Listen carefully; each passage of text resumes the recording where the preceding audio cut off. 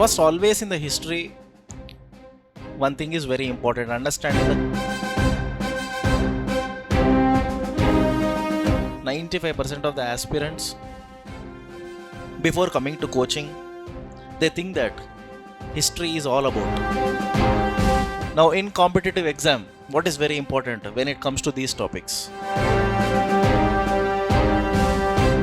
Nothing more than that. So you think that basically history is all about remembering. In competitive exam, we are going to particularly focus on this particular topic. Aurangzeb. Aurangzeb is very important for us in modern India. The entire India map has been changed after death of Aurangzeb. What is it change? So myself, Charan, I'll be teaching you Indian history part. Okay. So I'll be starting first with modern India. So first, before going into the modern India, I wanted to give you the overview of the entire syllabus.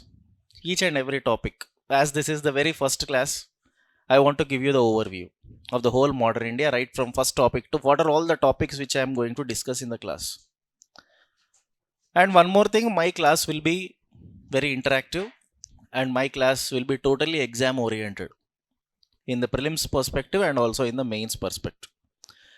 After the completion of the chapter, I will be giving you even mains questions and you have to write the answer, you have to submit. Okay. After completion of every chapter, I will be giving you what are all the expected areas from that particular chapter. So topic by topic. First, always in the history, one thing is very important, understanding the chronology.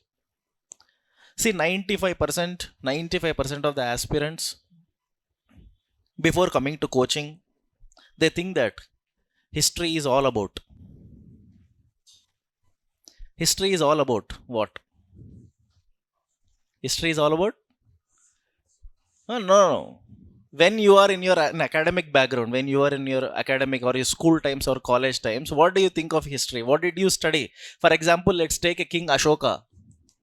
What did you study about the great King Ashoka, Samrat Ashoka in your school times? What you have been taught about Ashoka? Or otherwise, what you have been taught about Chandragupta Maurya? Or what you have been taught about Akbar? Or another great ruler, Aurangzeb? School textbooks. Basically, school textbooks in the sense, right now, the school textbooks are NCERT textbooks. But now, you are not here. You are just went up to the next stage now, competitive.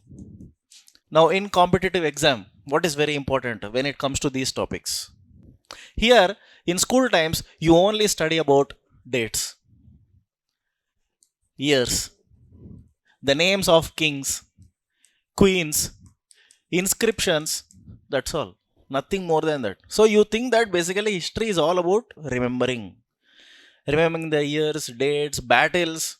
Of course, battles are very important. You have to remember those battles. There are some very important battles that you have to remember. But history is not only about remembering. When it comes to competitive exam, here, this rulers, political history is not important. Specifically, it mentioned in your syllabus.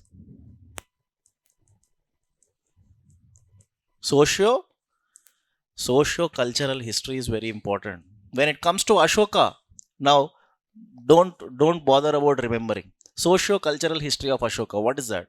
Anyone? Those who already heard ancient and medieval classes, tell me about what is the socio-cultural history of Ashoka.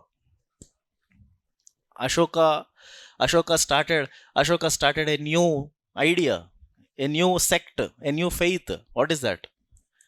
Ashoka started Dhamma. So understanding this Dhamma is very, very important in your exam.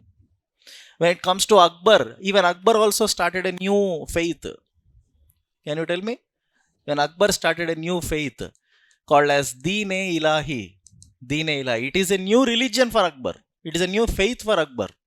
So understanding this religion and its impact on the society, its impact on the religion, on the Indian culture, in the Indian art, architecture, all these are very important when it comes to competition. In competitive exam, we are going to particularly focus on this particular topic. In ancient and medieval, socio-cultural history. In modern, everything is important. Okay, you might have heard about this guy, Aurangzeb. Aurangzeb is very important for us in modern India. In modern India, I will not teach you about Aurangzeb, but after the death of Aurangzeb, there were many changes happened in India. Political changes. The entire India map has been changed after death of Aurangzeb. What is that change? Can anyone? Can you tell me the year in which Aurangzeb died? You have to remember this. Very good. Aurangzeb died in 1707. What are the changes happened after 1707? His death is very important because his death is nothing but the beginning of modern India, end of medieval, fall of Mughal Empire. After his death, downfall of Mughal Empire. Then again the later Mughals. During the later Mughals, anyone? Yes, you are right. Princely states. After the death of Aurangzeb, hundreds and hundreds of princely states were formed in India. Understand? And all those princely states we are going to study. Few important princely states we are going to study in our modern India. That's what our second chapter, British imperialism. So first, I will give you an understanding about important topics in modern India. Important topics. The first topic from which we are going to begin our syllabus with advent of European merchants. Advent of European merchants. This is the first topic. And one more thing, I'll be giving you notes every day, running notes, dictation, and this notes is more than enough for your mains. Okay, and even also for prelims. But apart from that, a little bit extra information if you want to add, you can go for Bipin Chandra. Understand? Otherwise, it is more than enough. Tell me, advent of European merchants, the coming of Europeans in the modern India, it marks with the beginning of, ఎక్కడి నుండి start అవుతుంది sir Europeans రావడం ఇండియాకి? చెప్తారా? ఎక్కడి నుండి start అవుతుంది? అచ్చా, first of all tell me, who are those European merchants who came to India? Order of European merchants. Can you tell me? The first one is Portuguese. Second, Dutch. Third one English or British, but you have to use the word English because after all they are all merchants, so we call the merchants as English. Then next,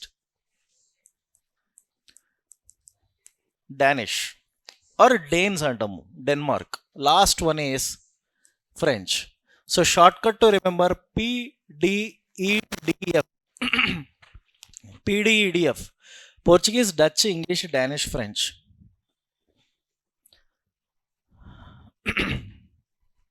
And all these companies came to India along with the companies, private companies. East India Company, English East India Company, Dutch East India Company, French East India Company, Danish East India Company, all these companies. Can you tell me in which year Portuguese came to India? 14? In 1498, a Portuguese sailor, his name Vasco da Gama, he discovered the sea route to India. Okay, this marks the beginning of advent of Europeans. Then it was followed by Dutch, English, Danish, French. Which country is this Danish in the sense? Denmark. Dutch, Netherlands. Dutch in the sense Netherlands. So the first chapter. Can you tell me now, one more question I will ask you, out of these 5, which is the most powerful? Huh? English. Sure? Are you really sure? Actually, French is very powerful. But accidentally, English, East India Company ruled India for 100 years. Actually, French should have ruled India. You will understand this in my first chapter when I discuss a topic called Carnatic Wars. Understand? The Carnatic Wars lo meeku clear ga ardhamautundi sir. ఎందుకు ఫ్రెంచే important అనేది. But French doesn't have a very successful fate. So English are very smart, that's why they are very successful. Okay, So in this chapter we are going to discuss about these 5 merchants and their companies and their policies and their governors, their governor generals and their headquarters, and finally how did this company become superpower in India by outplaying the French. This is our first topic. Second chapter, British consolidation of India. This is my second topic, British consolidation of India, or otherwise British imperialism. British consolidation of India or British imperialism. What is this? What do you mean by imperialism? What is the most important topic we are going to study in this second chapter? In the British imperialism, we see English East India Company, how it conquered princely states. We use this word princely states for very small independent states which are formed in 18th century. 18th centuryలో ఔరంగజేబ్ చనిపోయిన తర్వాత there are number of small states. They are all formed out of Mughal Empire. Okay na? In and around there are total 563 princely states. Out of 563 princely states, there is one important, the biggest one. Which one? Marathas are the biggest. I mean, geographically, I'm asking you. Marathas are not the biggest. Hyderabad. Hyderabad is the biggest princely state which was ruled by Nizams. Hyderabad is the biggest one. Understand? Marathas used to be the biggest, but Marathas were, gradually they were declined and Hyderabad was rising. Okay. So in this chapter, how English East India Company conquered number of princely states in India. Company conquered India by using 2 policies. One is war. Second one, policies. Policies in the sense imperial policies like subsidiary alliance, doctrine of lapse, all these things. Okay.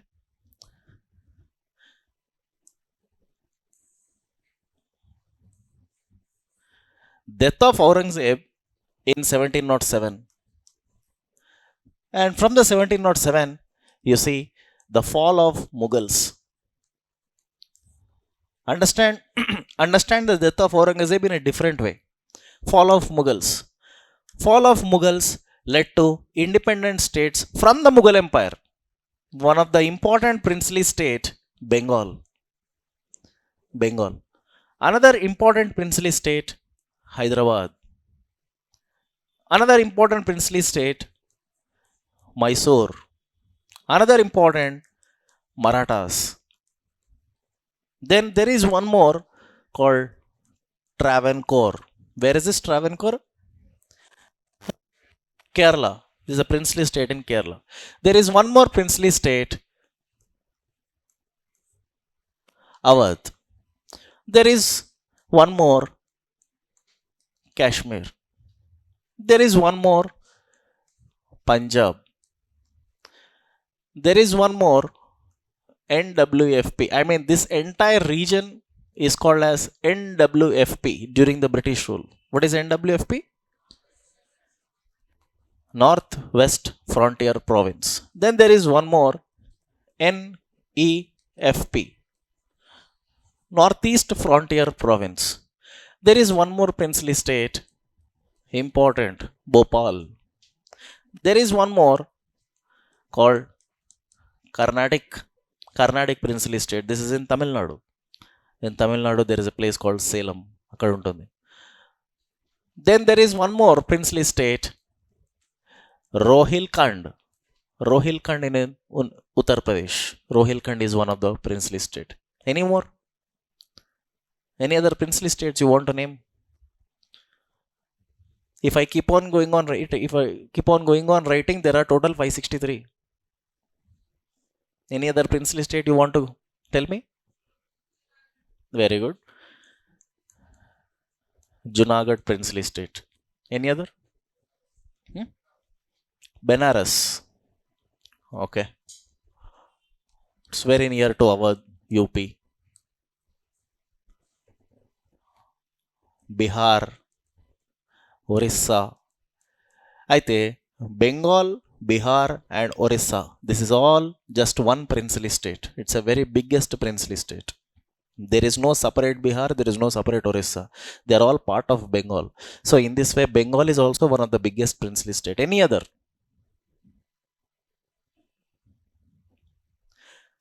I think for some students you are done with medieval India kada. Have you heard, did you know about the Marathas?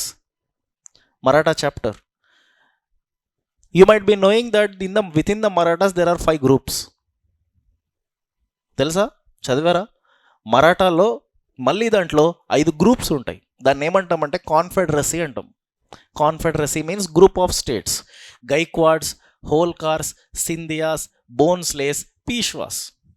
Now these Marathas, they spread to the western part, to the northern part, to the eastern part, to almost southern part. This entire 5 groups, one of the biggest again, Maratha princely state. This is the political map of India in 18th century after death of Aurangzeb. This is what our second chapter. In the midst of all these princely states, how English East India Company and French East India Company is going to survive, is going to play the game. How these two companies is going to interfere in these princely states affairs and try to control them finally, and they conquered them. English East India Company have 2 strategies by conquering the princely states through wars. Another strategy is policies. There are number of policies which I will tell you. In that, one of the most important policy is subsidiary లైన్సా? దానికైనా ముందు ఏమైనా ఉందా? Policy of ring fence. Warren Hastings అనేవాడు తీసుకొని వస్తాడు. Policy of subsidiary alliance, ఇది Wellesley తీసుకుంటాడు. Policy of doctrine of lapse, ఇది Dalhousie. Forward policy, Lord Auckland.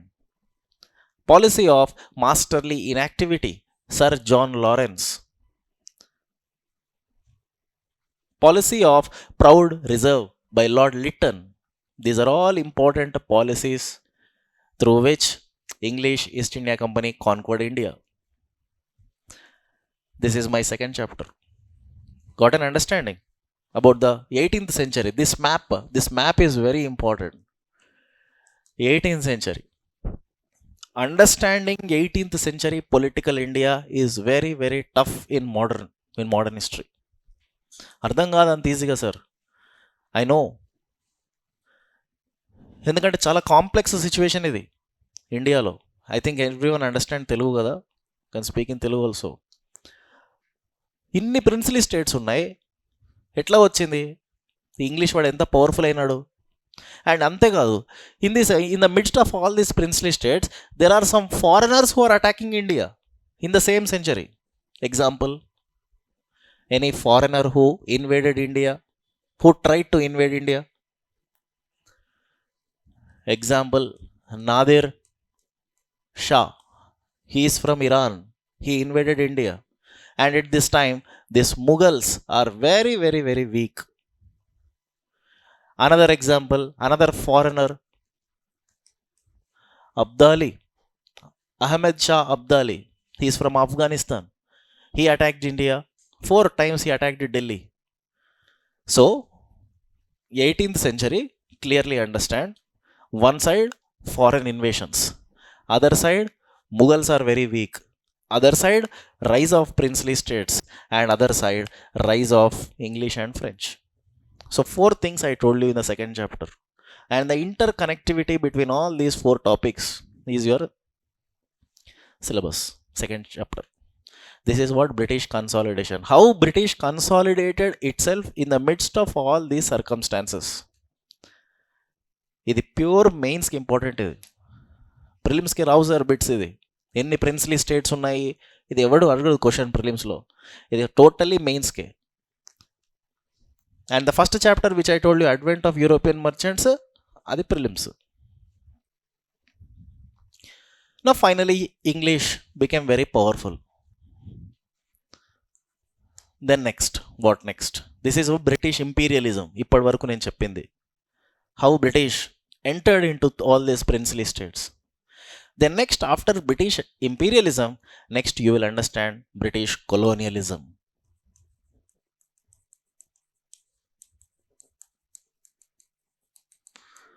Colonialism. And British colonialism and its policies. This is my third chapter. Anyone in the class, what is colonialism? What do you understand by colonialism? Can you give me the answer? What is colonialism? In the last chapter, you have understood about imperialism. Imperialism, in the sense, when one country, by using its military might, by using its military power, conquering another country, overpowering another country, is nothing but imperialism. Imperialism ante politics worke untundi. What is colonialism? Colonialism is the next step of imperialism. Tell me. What British is going to do to India through colonialism? Ruling. Any elaboration? Huh? Exploited the natural resources. Ruling India from UK. No, they directly ruled here. Kada. Here there are governor generals. Here also they made some acts. So there is no direct ruling. See, basically 100 years India is ruled by a company. So company directly ruled India. English East India Company directly ruling India, and they are responsible to British Parliament. అది 100 years. అది 100 years కూడా ఎప్పుడో తెలుసా? 1757 to 1857. This is a time where English East India Company ruled India. Then after 1857 to 1947, Crown. British Crown ruled India. British Crown in the sense, in the name of Queen. British Parliament ruled India. So first 100 years company, second 90 years Crown. But now what my question is, what is this colonialism? Colonialism in the sense, it is a very very modern phenomena. 19th century lo వచ్చింది sir అది phenomena. అంటే it doesn't limits, British rule in India doesn't limit itself only to the political administration, but also it extends to changing your culture, changing your language. They change your education system. They change your dressing style. They change your fashions. They change your taste. This is a very very important term. They change your taste. నీ ఇష్టాలు అయిష్టాలు అన్నీ మార్చేస్తారు. This is part of colonialism. As part of colonialism, British will change India into a colony. Understand? And every country in the world ruled by British are its colonies. And their intention is to change these colonies into the favorable to the British, England. Because in England, in 18th century, there was rise of industrial revolution. As part of industrial revolution in England, number of modern factories, technological industries were risen. Based on that, they are going to change policies in India. They want to change totally an Indian into Englishman. This is colonialism. As part of British colonialism, they introduced new policies called land revenue policies. Land revenue policies. They changed our revenue system in India. With this, they changed our agriculture system. Traditional agriculture system is totally changed into modern agriculture system. They changed and they introduced a new exam, civil services. This is called as ICS, Indian Civil Services. They changed our judiciary. The traditional Indian judiciary system is totally changed to modern judiciary. Then next, very important for exam, for both prelims and mains, education. British introduced a new education system in India, English education or Western education.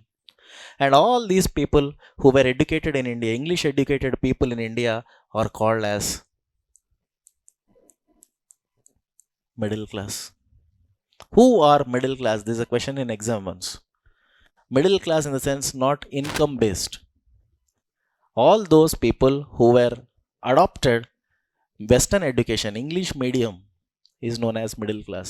Teachers, doctors, lawyers, engineers, clerks, everyone is middle class. And this middle class, the byproduct of English education system, this middle class only led the national movement. This middle class only, they got social awakening and they led the social reform movements. Understand, British colonialism lo important. They gave us education. What type of education? What is its policies? ఇవన్నీ important దీంట్లో.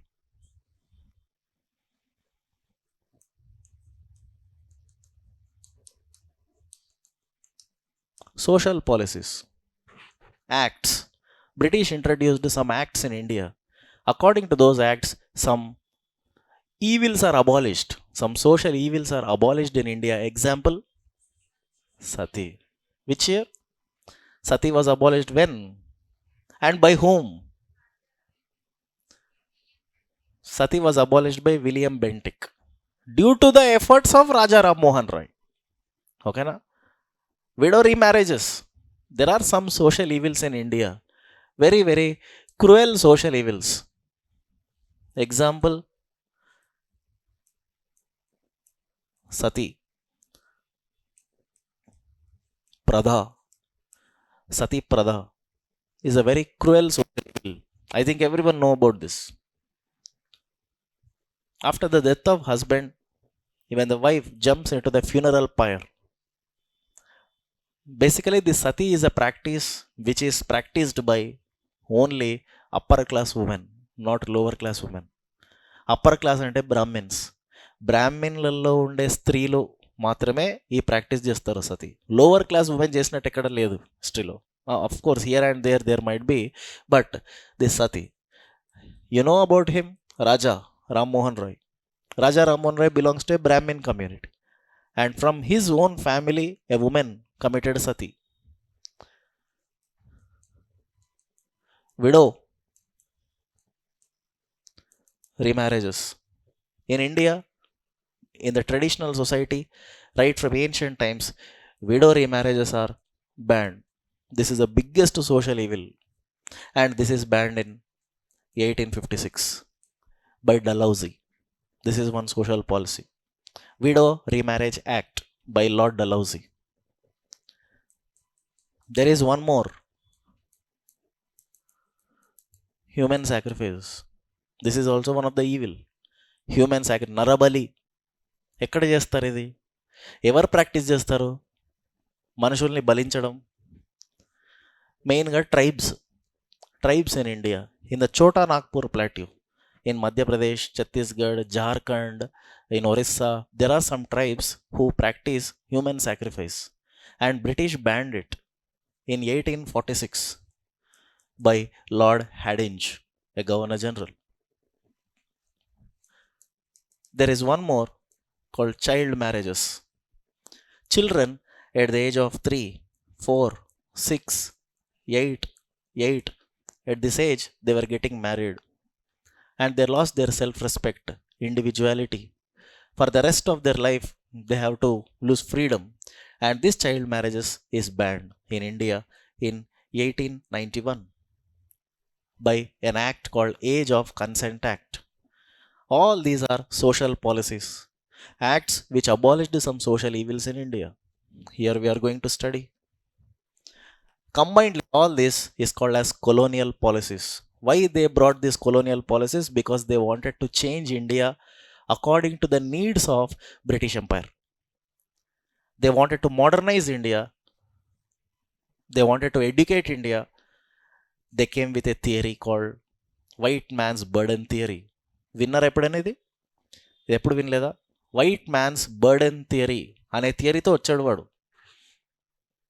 అర్థమైందా? White man's burden అంటే What did you understand? It is a burden of a white man and a European and a Britisher to civilize Indians who are totally uncivilized and barbaric. అంటే మన Indians అంత uncivilised, అంత barbaric ఉన్నారు. Barbaric అంటే బిచ్చగాళ్ళు, అంత poverty ఉంది ఇక్కడ. So ఇండియాని డెవలప్ చేయాల్సిన బర్డెన్ వైట్ మ్యాన్కు ఉందంట. ఆ థియరీతో వచ్చిండు వాడు. And the man who is responsible for this Western education system in India is T.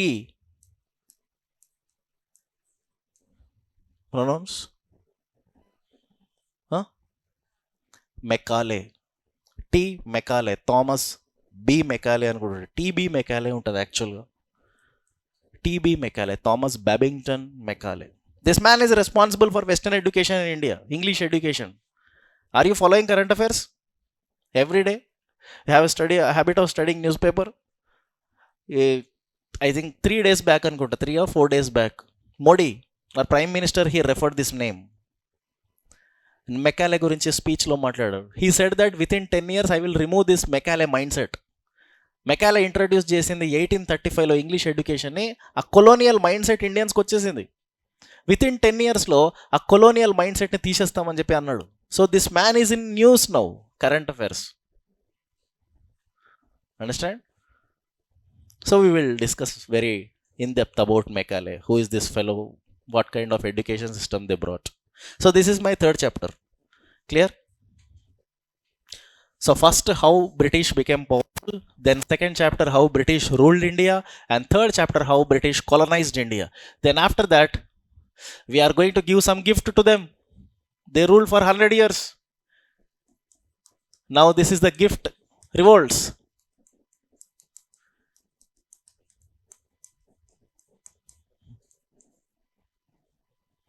Revolts against British Raj. In this chapter we are going to study about all types of revolts that Indians made against British. Example, we'll start with Sepoy. Sepoy revolt 1857, or it is also called as Sepoy mutiny.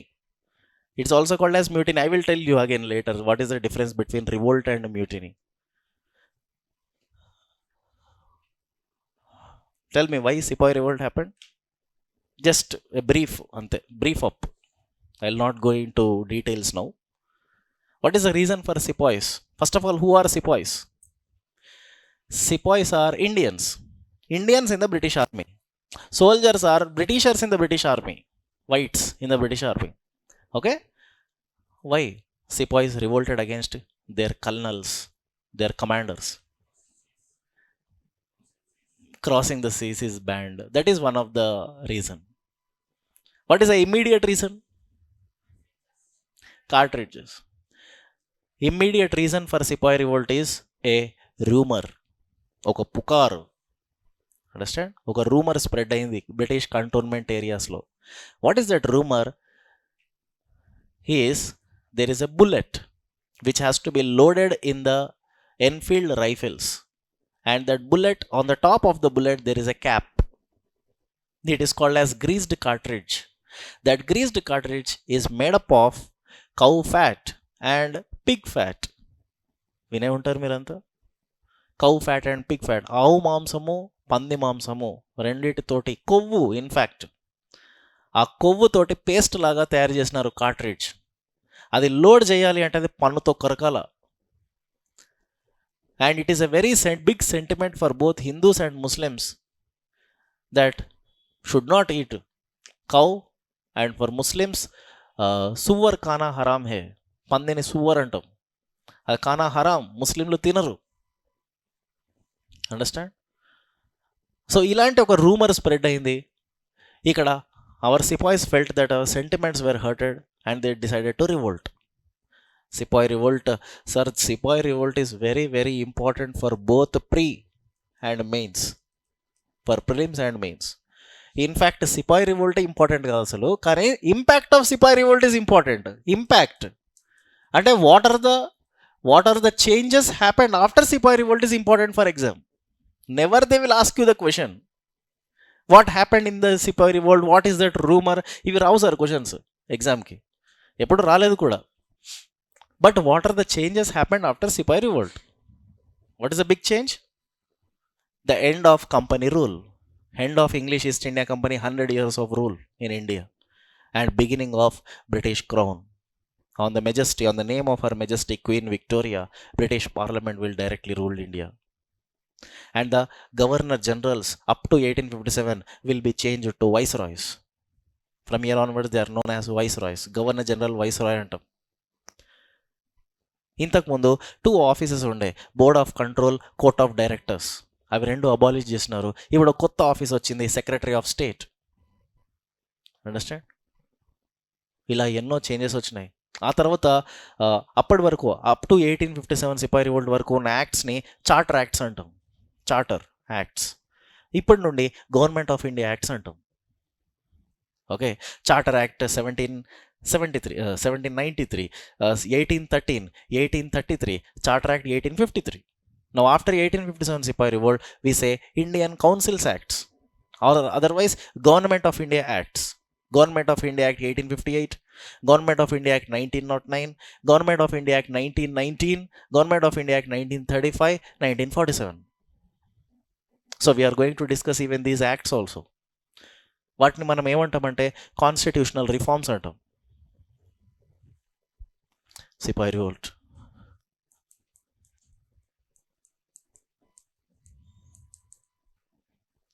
Peasants. This is very important for both again prelims and mains.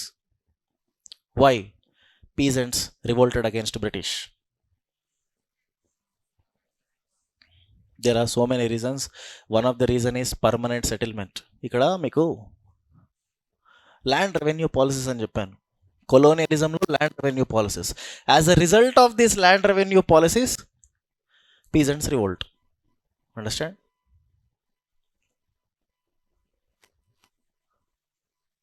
Tell me one reason why peasants decided to revolt. One very important reason, ఒక logical reason చెప్పండి. Of course they increase the taxes on crops, ఇవన్నీ just నార్మలే. Very good. Commercial,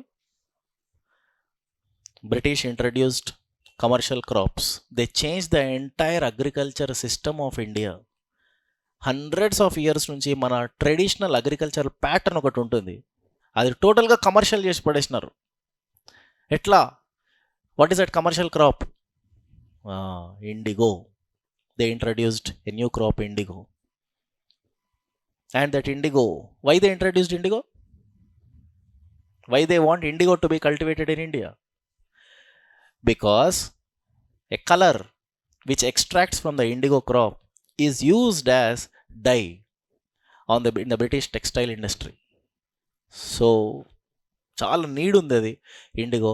that's why the first revolt, peasant revolt ఏంటంటే indigo revolt. Indigo పంట పండించే రైతులంతా తిరుగుబాటు చేసినారు. 1859లో బెంగాల్లో జరుగుతుంది ఇది, నదియా అనే ఒక జిల్లాలో.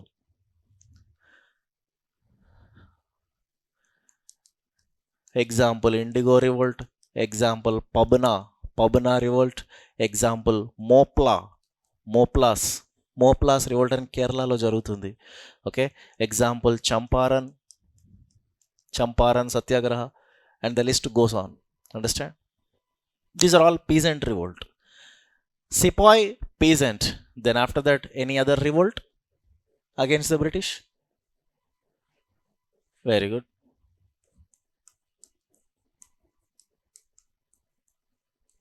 Tribals revolt. There is one more topic, tribal revolt. Gandhi says that tribals are the first to revolt against British.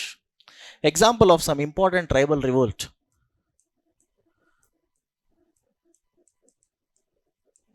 Santals, understand, and Mundas. These are two biggest tribes, two most important tribal revolts which have shaken the British rule in India. Santal and Munda tribes. Do you know anything about these two tribes? Why do you think tribes revolted against British? Why? What is the reason for them? They used forest right. Their forest rights are violated. Okay, any other? Even though their forest rights are violated, they did not react, but they reacted for an immediate reason, that is, for an immediate reason that British interfered in the culture. Understand? British interfered totally into the tribals culture and they disturbed their traditional lifestyle. Sir, tribals ki వాళ్ళకు pattern ఉంటుంది, వాళ్ళకు ఒక life style ఉంటుంది. Okay, ఆ life style మొత్తం disturb అయిపోయింది. ఎట్లా? They interfered in their religion. Example, this is the most important tribe in Jharkhand, Munda tribe. సరే, ముండా ట్రైబ్ జార్ఖండ్లో they have their own god. Singabonga. Singabonga is the god of Munda tribe. Every tribe will have their own god. In Telangana, we have a powerful tribe called Gond. Who is the god of their tribe? Gonds worship which god?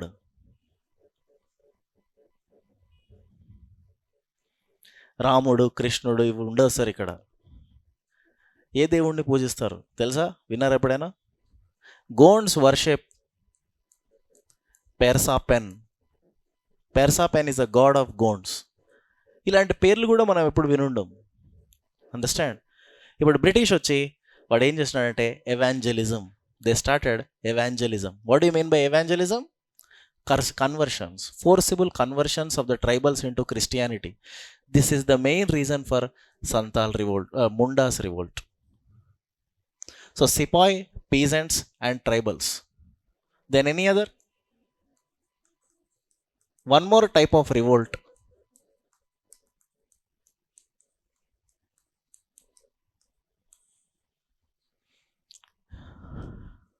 Anti-Brahmin revolt. This topic is also included in the caste revolts, anti-Brahmin revolts. In modern India in 19th century, Justice Party కొంచెం లేట్గా వచ్చింది. ఇవన్నీ ఏంటంటే sir Dalit revolts against the Brahmins. These are the revolts not against British. These are revolts against home? Upper caste. Lower classes revolting against upper classes. దీన్నే Dalit revolts అంటాం. ఇందులో so in this anti Brahman revolts the number one, the first one is Jyotiba Phule. Jyotiba Phule is the first Dalit reformer who revolted against the Brahmins. And Jyotiba Phule is followed by Ambedkar, Dr. B.R. Ambedkar. Okay. Ambedkar belongs to which caste? Huh? Boys, last. Which one?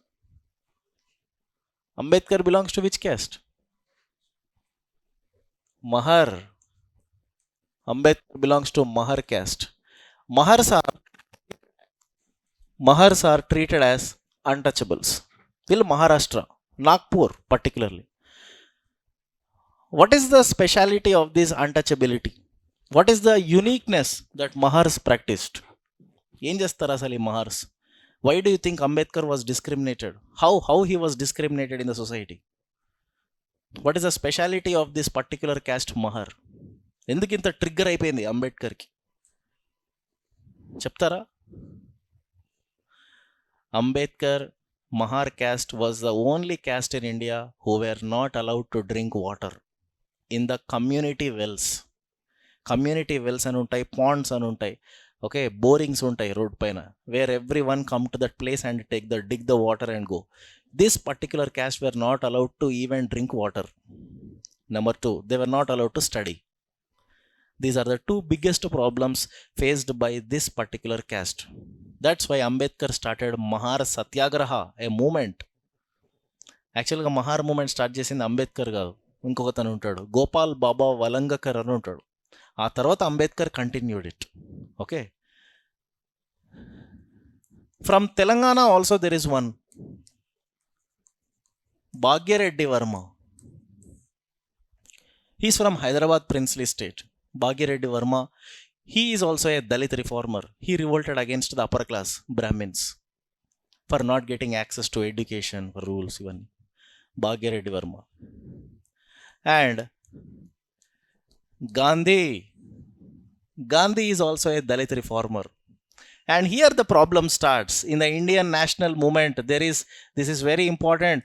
Sir, in history, understanding the facts is not important, but connectivity. What is the difference between Gandhi and Ambedkar when it comes to caste? What are the ideological differences between Gandhi and Ambedkar? Even Ambedkar is also a Dalit reformer. Even Gandhi is also a Dalit reformer. But in these two, Dalit reformism, there is a slight difference. What is the difference is important for UPSC group 1. Understand? When it comes to caste, when it comes to reservation, when it comes to politics, when it comes to fighting against the Brahminism, ఈ ఒక్కొక్క ఆస్పెక్ట్లో వాళ్ళిద్దరికి differences ఉన్నాయి. I will give you that notes when I go into the details. Gandhi also started some sanghas. Gandhi used to call Dalits as Harijans. Gandhi Harijans అంటాడు దళితులని. And Ambedkar says Adi Hindus. Ambedkar says Dalits are Adi Hindus. Gandhi says Dalits are Harijans. Here there is one ideological difference. Who are Adi Hindus? Who are Harijans? Why there is a conflict between them? This conflict between Ambedkar and Gandhi happened. It reflected in second round table conference happened in London. When I enter round table conferences that we will discuss in the freedom struggle. There are total 3 round table conferences in London. In second round table conference, there was a debate between Gandhi and Ambedkar on caste, on reservations. A very important topic, sir. One of my favorite topic. ఇక్కడ నుంచి ఇక modern India చాలా ఇంట్రెస్టింగ్గా ఉంటుంది. Modern India becomes very interesting after 1857 sepoy revolt. Before 1857 sepoy revolt everything about wars. Carnatic wars, Anglo Mysore, Anglo Maratha, Anglo Sikh, Anglo Sindh, Anglo Afghan, company rule interesting లేదు. Crown rule is very interesting. I will take modern India around 50 hours, 45 to 50 hours. Okay, along with the dictation. Sir, మీకు notes writing habit ఉందా? మరెవరు రాయట్లేదు నేను చెప్పేది. Okay, notes maintain చేయండి everyday. Okay, ఎందుకంటే there are some points which I dictate you in class you will not find in any text book. మీరు చదివే ట్రెడిషనల్ స్పెక్ట్రమ్ బుక్ బిపిన్ చంద్రలో లేని పాయింట్స్ కూడా నా నోట్స్లో ఉంటాయి. అందుకు ఇంపార్టెంట్. ఓకేనా? This chapter is revolts against British Raj. In the revolts, Sepoy revolt, peasant revolt, tribal revolt, and along with this there is one more revolt I will tell you, that is trade union movements. Trade union movements, nothing but labor class revolting against the capitalists. Understand?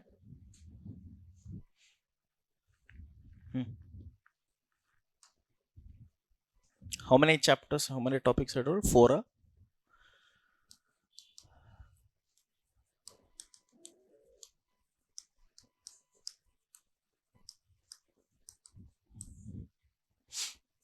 The next topic is social reform movements in modern India. In 19th and 20th century, social reform movements. This chapter, social reform movements, have another name.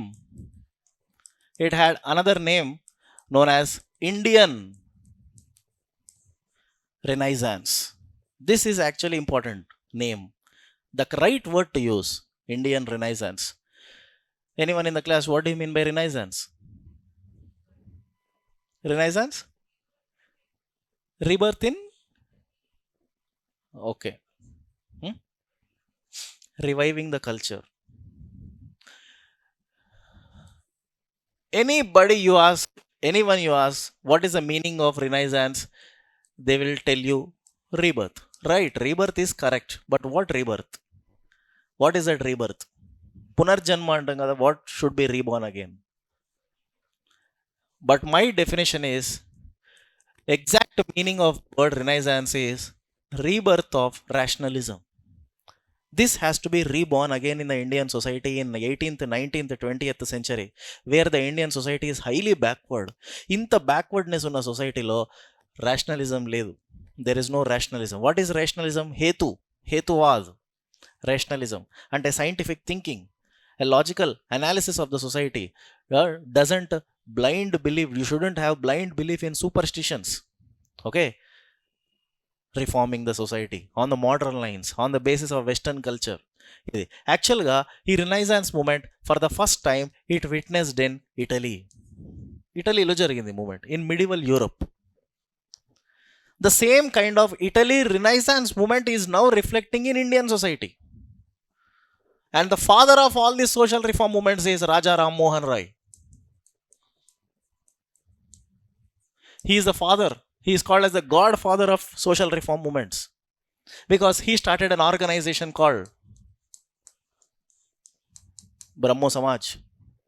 This Brahmo Samaj only made huge efforts to abolish sati. But I am asking you one more question now. Try to give the answer.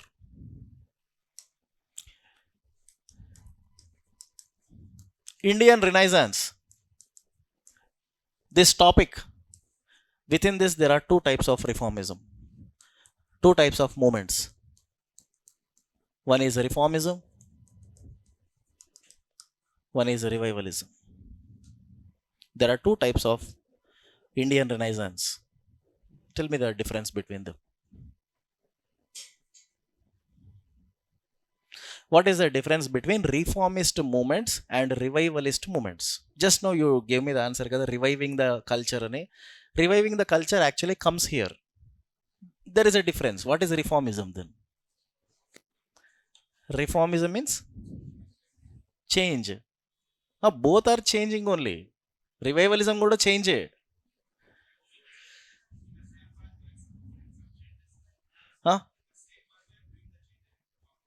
Reformism.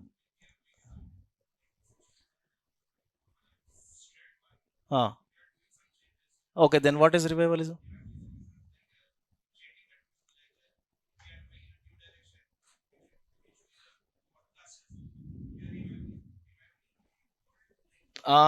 Now you are right. We are reviving the old one, not new one. Here this is old one reviving. Here this is new one. Now I will tell you the difference between reformism means reforming or changing the Indian society on the lines of Western culture. అర్థమైందా? On the basis of Western culture, if we are changing the society, they are social reformist movements. Revivalism means changing the Indian society on the lines of your ancient past. నీ పాస్ట్కున్న base తోటే నీ కొత్త change తీసుకొస్తున్నావు నీ కల్చర్లో, అది revival. అంటే which is already there, inherently there in your culture, you are reviving it. But this one you are bringing it from outside, the change on the basis of Western culture. Example, if I give you example, you will understand it clearly. Example, Brahmo Samaj. Brahmo Samaj is an example of social reform movement, reformist movement. Revivalism ke example, Arya Samaj. There is a lot of difference between them. Brahmo Samaj ke Arya Samaj ke zameen asman farak hai. Brahmo Samajam always tried to modernize the Indian society on the lines of Western culture. Arya Samaj also tried to change the Indian society, but on the lines of ancient glorious Hinduism. No need to look back for other religions. There is glorious past for Hindus. And try to understand first Hinduism properly and try to change this society on the basis of your past. అని అంటుంది ఆర్య సమాజ్. అందుకే ఇచ్చింది slogan, go back to Vedas. Dayananda Saraswati slogan, go back to Vedas. Go back. Here, not going back by, you are going forward. Understand? Now, in the social reform movements, Islam was also there. Even in the Islam, there is reformism, there is revivalism. Same, Islam also thought of changing its society on the basis of Western culture. There are some Muslims in the freedom struggle who thought of changing Indian society on the lines of glorious past Islam. That is revivalism. ఇక్కడ example, రిఫార్మిజంకి example Aligarh. There is one movement called Aligarh movement. Sir Syed Ahmed Khan started this. Revivalism ki example, Deobandis. Deobandis are examples. Aligarh started by Sir Syed Ahmed Khan. Okay, started by Syed Ahmed Khan. His intention is to give English education to Muslims. Deobandi, their intention is to give Islamic education. They did not adopt Western culture. Understanding difference. I will go into facts later. First I want you to understand the idea ante. ఏంటి renaissance అంటే ఏంటి? రినైసాన్స్లో 2 ఉంటాయి, reformism ఉంటుంది, revival. And I will tell you separately what are all the movements come under reformism, what are all comes under revivalism.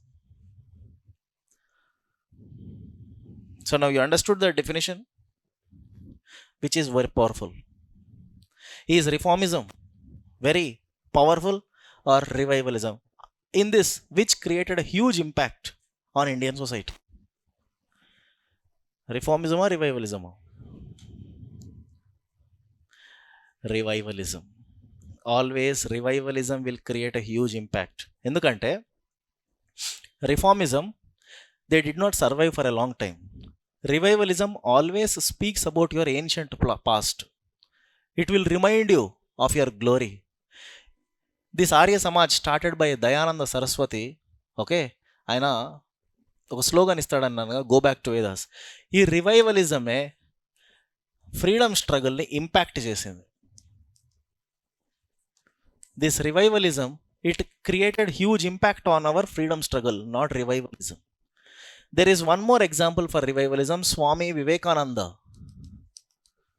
Swami Vivekananda, he also created huge impact.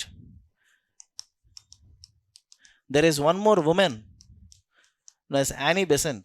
You know her? Annie Besant. Annie Besant started Theosophical Society. I mean, she is a leader of that organization. She is also a revivalist. All these people created huge impact on our freedom struggle. Balagangadhar Tilak is a revivalist. Lala Lajpat Rai is a revivalist. Bipin Chandra Paul is a revivalist.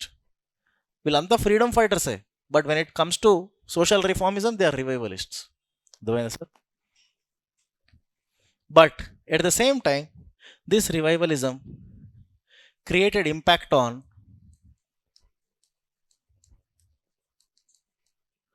Communalism.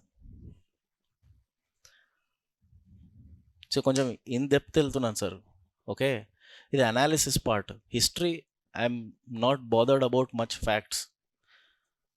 ఇప్పుడు బ్రహ్మ సమాజం ఏ ఇయర్లో start అయింది? 1828, 1829, సతీ abolition, ఇవి facts. ఇది కాదు కదా. You're preparing for group 1. Group 1లో ఎప్పుడైనా హిస్టరీలో ఒక టాపిక్కి ఇంకొక టాపిక్కి లింక్ ఉంటుంది. There is a link between social reforms and next chapter freedom struggle. What is that link? You have to understand. That link is revivalism. This revivalism is creating some trouble in the Indian society. What is that trouble? It is creating communal violence. Arya Samaj, Dayananda Saraswati gave the slogan Swaraj, self-rule. By taking that slogan, Dayananda Saraswati Arya Samaj started a movement called as Shuddhi. He started a movement called Shuddhi. Anyone? What is Shuddhi movement? Started by Dayananda Saraswati.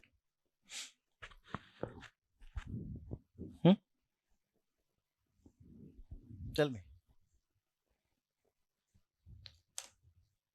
Shuddhi movement. Shuddhi movement is reconversion program. Reconversion. All the Hindus who were converted to Islam, Hindus who were converted to Christianity, were to be again reconverted back to Hinduism. Reconversion. This created huge violence in the Indian society between Hindus and Muslims. Riots happened finally.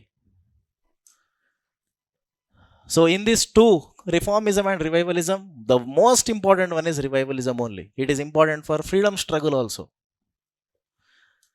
And the last chapter we are going to tonight is national movement. Indian national movement, or it is also known as struggle. Freedom struggle. It starts from 1885 till 1947. Freedom struggle. 1885 to 1947. Why do you see the beginning 1885 as the beginning of national movement? Because of the birth of INC, Congress. 1885, INC. It was started on December 28th. It was started at Bombay. It was started by A.O. Hume. He is a founder. He is a founder of Congress Party, A.O. Hume. Do you think really Congress is reason for India's independence? Do you accept? No? Then who is responsible? Who is responsible for freedom? If not Congress, then who? Chaptara? Indian national movement is a cinema. Understand? It is a cinema. If you don't understand it properly, you will just go on by heart the facts. Ante. There is not only Congress Party. There are so many political parties in the freedom struggle. Example, Justice Party. Example, All India Hindu Mahasabha. Example, All India Muslim League. Labour Party. Ambedkar also started his own party. Independent Labour Party and Ambedkar. There are so many parties. Everyone contributed by, not only Congress. Understand? But in this phase, 1885 to 1947, Congress played a major role because of one man. This is all about a one-man show, Gandhi. And I'll ask you questions. In Congress Party, there are three phases: moderate phase, extremist phase, Gandhian phase. Out of these three phases, which phase is important for exam? All the three are important. Understand? Moderate phase is also important, extremist is also important. Comparatively, when it comes to Gandhian phase, in Gandhian phase, once Gandhi enters into the picture, it is just a one-man show. It is just for 3 decades, 1917 nundi 1947 varaku, 30 years continuously, just one man run the whole show. Why he is called as Mahatma? Why there is so much of, aura for Gandhi? Why he is Mahatma? Is he really the reason for freedom? అని నన్ను question అడగకండి. అర్థమైందా? మీరు చెప్పండి first. Is Gandhi the reason? Responsible? I want you to just see your ideology. మీ mind set ఎలా ఉంది, ఎలా అర్థం చేసుకుంటున్నారు గాంధీని? మహాత్మా అన్నారు కదా, ద గ్రేట్ సోల్. ఎందుకు అన్నారు అట్లా ఆయనని? దానికి రీజన్ ఉంది కదా. ఎస్, చెప్తారా? You want?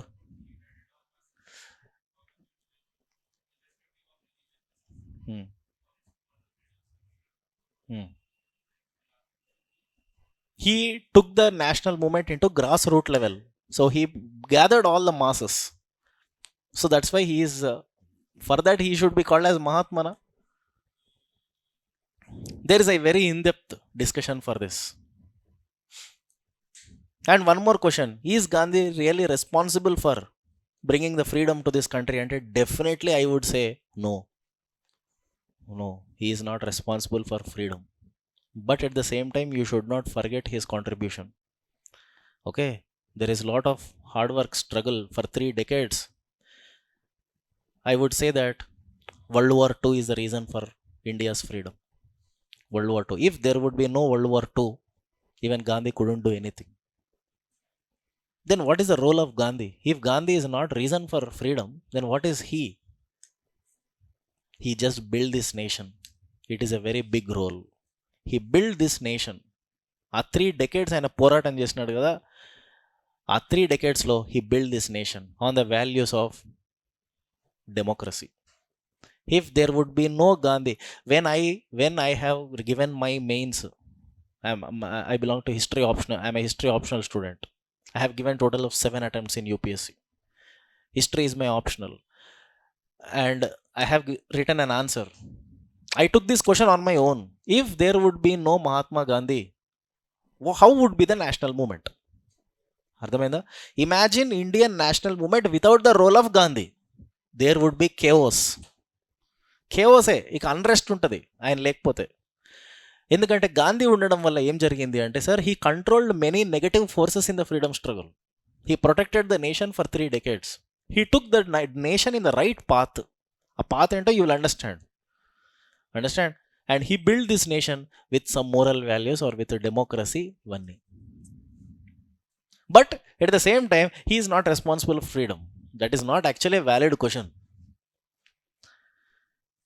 ఓకేనా? అది. So this is very important topic, Indian national movement. Around Indian national movement, it takes one week for me to complete. So after the completion of this modern India, then I will start again for the new batch right from the beginning, ancient and medieval India. Now if you have any doubts, you can ask me. Any doubts you have?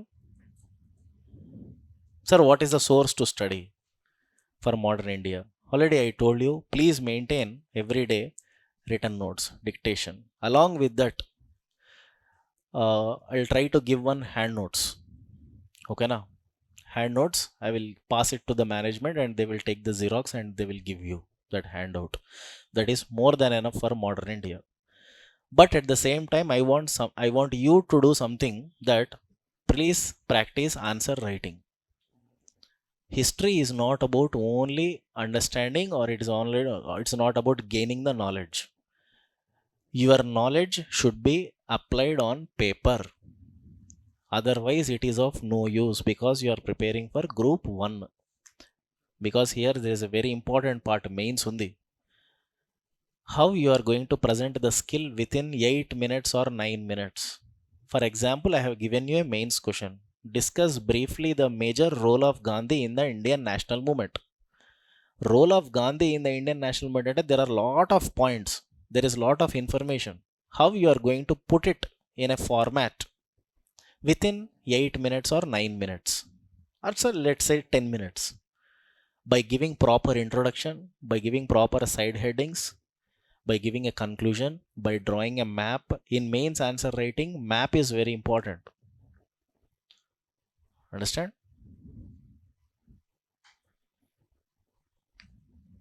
Any questions from your side?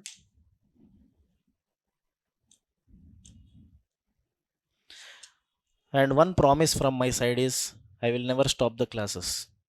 Today I want to give you just the introduction. From tomorrow I will start the first topic, advent of European merchants. It will be completed. Every day I'll come to class. I want you also to be on time, standard time 9 to 11. Okay na? I will never stop in the middle. Batch start అయింది అంటే అయిపోయిన తర్వాతనే వెళ్ళిపోతాయి ఇక్కడి నుంచి. చెప్పండి sir ఇప్పుడు మీరు, what are your experiences when it comes to competitive exams? How many, one more thing I wanted to know, how many students belong to Telangana and how many from Andhra? I mean, freedom struggle is common for everyone. Huh? How many from Telangana?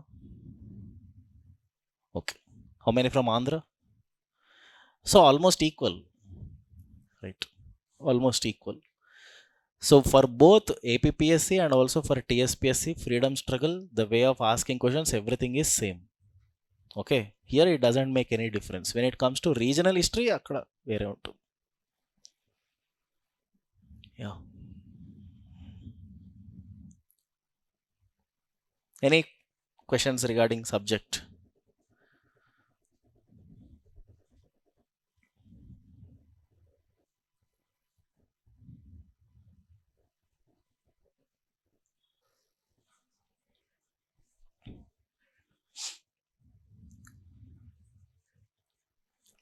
How many students in this class belong to the new batch? I mean, only right, you are starting right from beginning, ancient, medieval, modern. Oh, new batch students. Okay, only few. How many of you belong to the arts background? Arts, in whether you have done with your degree, BA, BCom. Only few, huh? Only two, three. Engineering background, maximum. Basically, I'm also an engineering student. Understand? Yeah. After completion of my engineering, then I went into some IT job for 1.5 year. Then I have resigned for that. Then I came into UPSC after giving very strict 6 to 7 attempts. I have given my mains. After that, I decided to quit it and come to teaching. Since 6 years, from 2018, I am into this teaching, and I have been associated with Amigos IAS since last 4 or 5 years. Understand? And I also teach in various other institutes in Ashok Nagar, in some Vishnu IAS, in Law Excellence, in various institutes I teach history. Okay.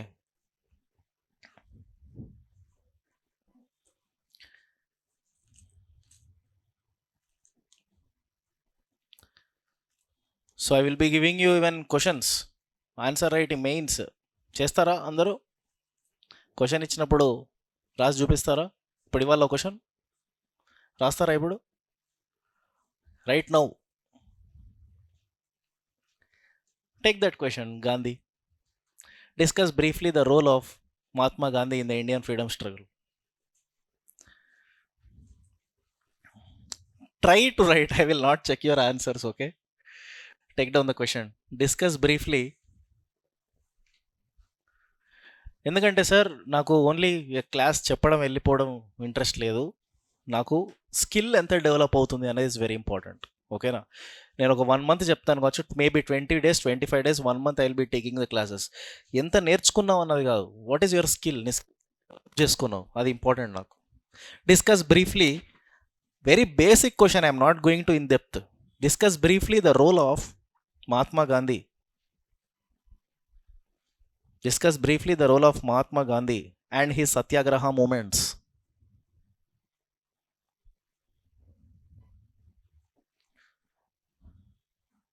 Discuss briefly the role of Mahatma Gandhi and Satyagraha movements in freedom struggle. In freedom struggle. 150 words. 150 words. Okay? Tell me. I will give you some insight. ఏం points వస్తాయి దీంట్లో? ఎందుకంటే how many words total? 150. Discuss briefly the role of Mahatma Gandhi అంటే I can write an essay. Essay అంటే 500 words, 600 words, but I'm asking you to write only in 150. So what are those specific points you have to mention in the answer? And I told you that satyagraha movements. Okay, when it comes to the body of the answer, Satyagraha movements. First Satyagraha of Gandhi is Champaran Satyagraha. Champaran Satyagraha happened in 1917. With this movement, the role of Gandhi begins in our freedom struggle. Then after that, Kheda Satyagraha in 1918. Okay, this is one peasantry movement Gandhi involved in. And there is one more, Ahmedabad mill strike. Ahmedabad mill strike, 1917. Okay, these are 3 initial movements of Gandhi.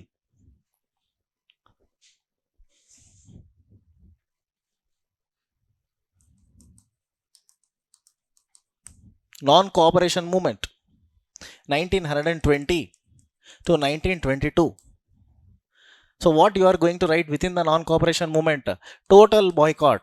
Gandhi started a program called as total boycott. This is a very important slogan in the movement.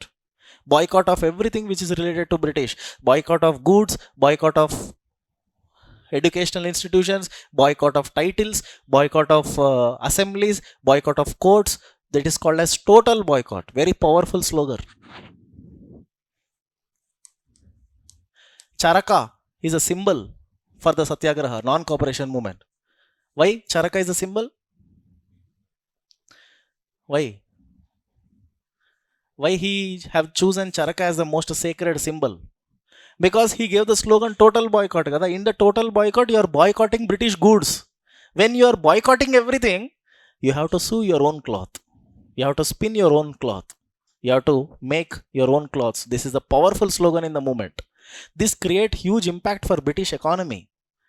British economy will be disturbed totally. Charaka, non-cooperation movement.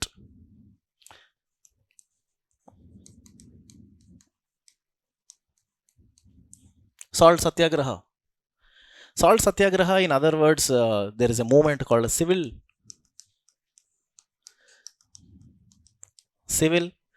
disobedience movement. So, about this movement, you have to write at around 4 lines. Salt Satyagraha. ఎప్పుడైంది sir ఇది? 1930. Salt Satyagraha. 3 plus 2, 5. Any other? Very good. Khilafat movement. Khilafat movement. Any other? Very good. Quit India movement. Which year?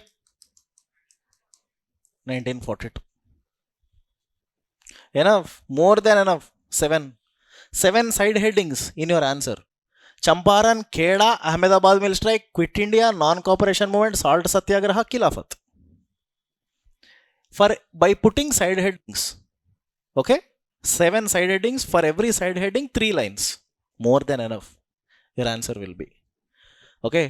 Always try to write answers with side headings because that is now the trend going on.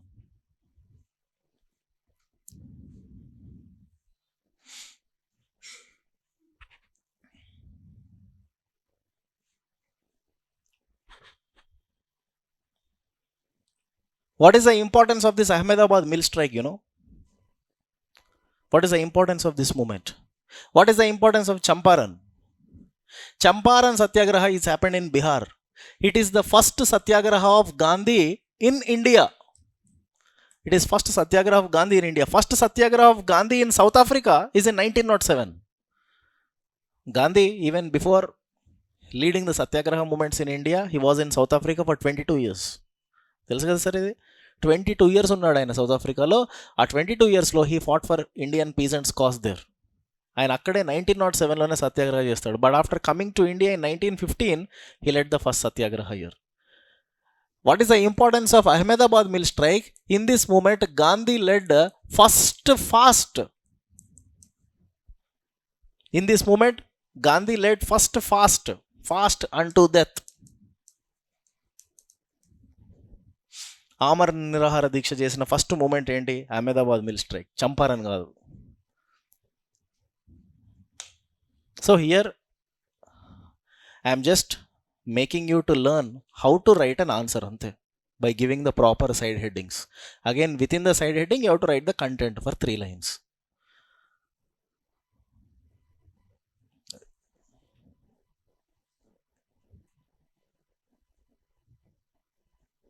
Discuss briefly the role of Annie Besant in the Indian freedom struggle అంటారు. About Annie Besant please try to learn around 10 points in the mind. Put 10 points in your mind. Discuss the role of Annie Besant. Or discuss briefly the role of Swami Vivekananda in social reform movement. Discuss briefly the role of Brahmo Samaj in social awakening of the people. Discuss briefly the role of Jawaharlal Nehru in the freedom struggle. Discuss briefly the role of Sardar Vallabhbhai Patel.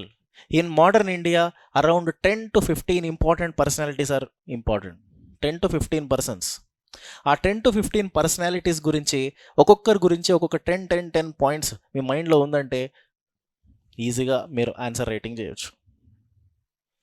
అందులో గాంధీ ఉంటాడు, Nehru, Sardar Patel, Maulana Abul Kalam Azad, Jyotiba Phule, doctor B R Ambedkar, okay, Raja Rammohan Roy, Dayananda Saraswati, Henry Vivian Derozio, Annie Besant, అట్లా ఒక 15 to 20 తీసుకోవాలి. And in the modern India, there is one more very important topic called constitutional reforms. In the constitutional reforms, the first act, 1773, Regulating Act. Polity started for you? Polity. Your polity starts with 1773 Regulating Act. Where the history ends. There is a popular saying that polity begins from where the history ends. అర్థమైందా? 1773 Regulating Act is the first act I am going to discuss in class as part of reform, constitutional reforms. Then after that 1793 Regulating Act. For every 20 years acts are passed. 1773, 1793 Regulating Act. Now in between this 1773, 1793, 1784 Pitt's India Act undi. Pitt's India Act. There is one more. After this 1813 Charter Act. 1833 Charter Act. See, for every 20 years. 1853 Charter Act. All these are the acts just to regulate English East India Company rule in India. These acts will control company rule in India. ఇప్పుడు 1853 తర్వాత 1857లో ఏం జరిగింది sir? Sipayi revolt. Now after 1857, Crown's rule. Now in the Crown's rule, first act is Government of India Act 1858. You can check Government of India Acts. Then after that, Indian Councils Act 1861, just after 3 years. Indian Councils Act 1892. Government of India Act 1909. See, this act is very important. Government of India Act 1909. This is called Minto-Morley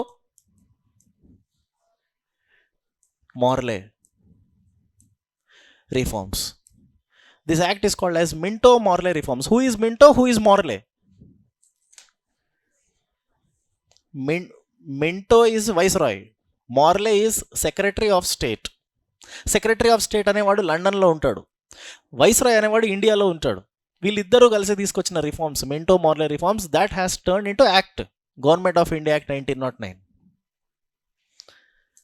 government of India act 1919. It is called as Montford. It is called as Montford reforms. Montag-Chelmsford reforms. Montag is Secretary of State. Chelmsford is a viceroy. They brought reforms. అది ఇప్పుడు యాక్ట్గా మారింది. And very very important act, government of India act. ఇది మామూలు act కాదు, ఇది చాలా important. ఇది government of India act 1935. Almost it is called as mini constitution. Indian constitution have adopted so many points from this particular act. దీని తర్వాత ఒకటి ఉంటుంది act, Indian independence act 1947. Clear everyone? This is just overview. From tomorrow I will start the first chapter, Advent of European Merchants. Clear?